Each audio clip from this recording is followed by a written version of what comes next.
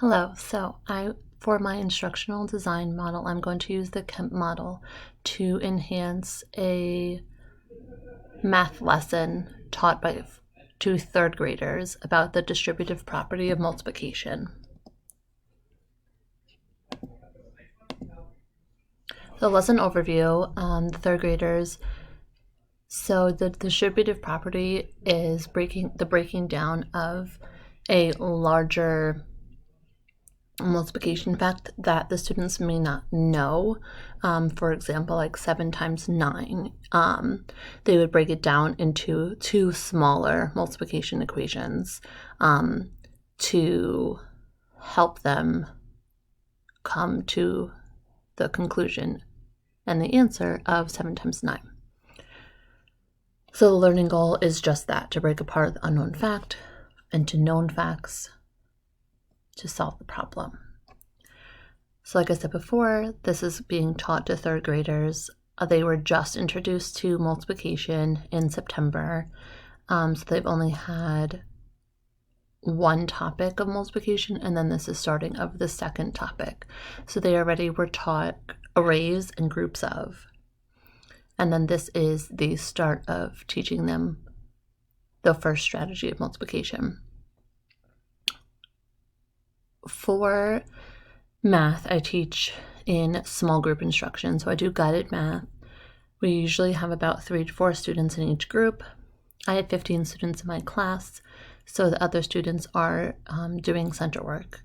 And I wanted my students to have all hands-on manipulatives and hands-on objects for them to help them learn. Due to the pandemic, they were home and on the computer for so long. I am going to be using technology with them, but I want them to learn hands-on as well as using technology. For my learners, I have 3 students with IEPs, 1 student with ADHD, 1 student that's immune compromised, so I have to remember that when I'm making my groups. And then I have 2 students that are under the Child Study Team evaluation, so they are being evaluated. So the Kemp model has 9 different stages. So the first stage is instruction issues. So what the concept is, what my learning goals are, and then some issues or some obstacles that I may come into contact with. So my concept, like I said before, is the distributive property. It is to split an unknown fact into known facts to find the unknown facts product. The obstacles, this is a very complex concept, especially at the start of the school year, as well as having my students switching through centers. I mean, that's a whole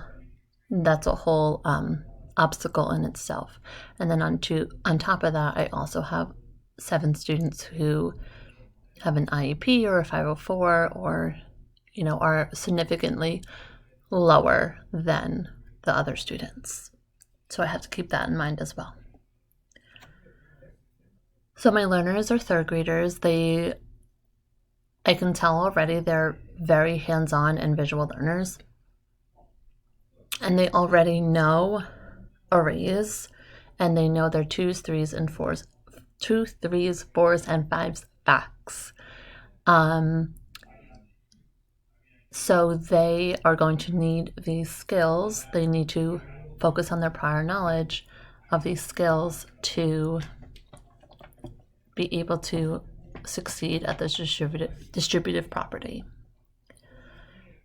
This aligns with our curriculum, New Jersey Common Core standards. The curriculum that we use is Savvis Envision 2.0, and it combines from the previous topics, so it adds on to the previous topics.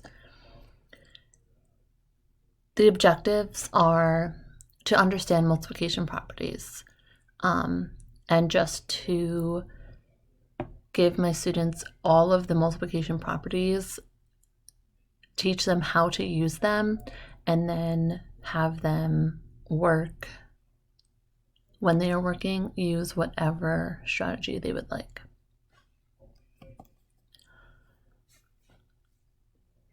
So before they even start the distributive property, they should know arrays, they should know what multiplication is, and they should have a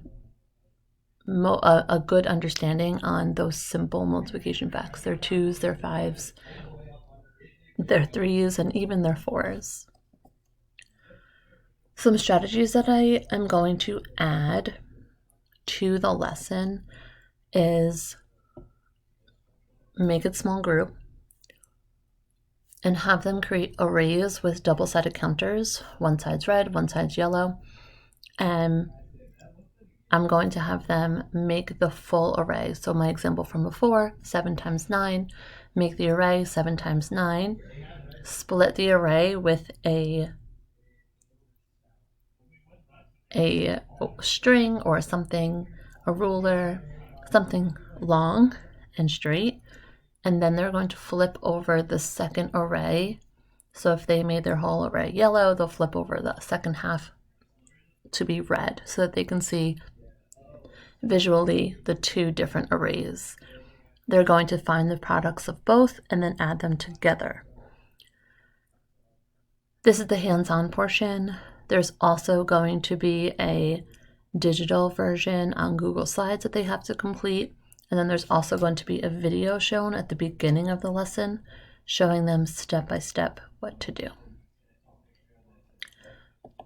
Some resources that they will need is the step-by-step video, the interactive Google slide, and then some materials would be the double-sided counters, pipe cleaners, or string or anything like that, and their whiteboards.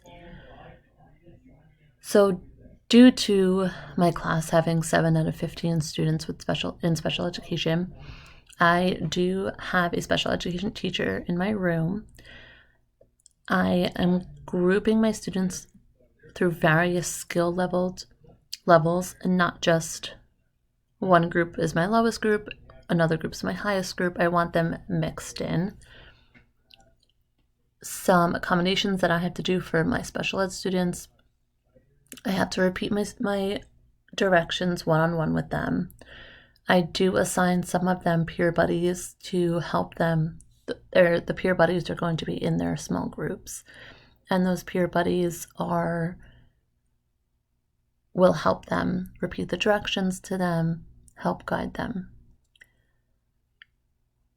I'm going to add or take away different assignments that I might remove some questions for them not to do. I might give them 1 or 2 questions to do instead of 3 or 4. And then I will also give them simplified steps. The last step is the assessment. So there's going to be formative and summative assessments. The formative assessments are holding up whiteboards. They can, in the small groups, I see them with 3 other people, so I'm very aware of if they understand the topic or not. And then exit tickets as well.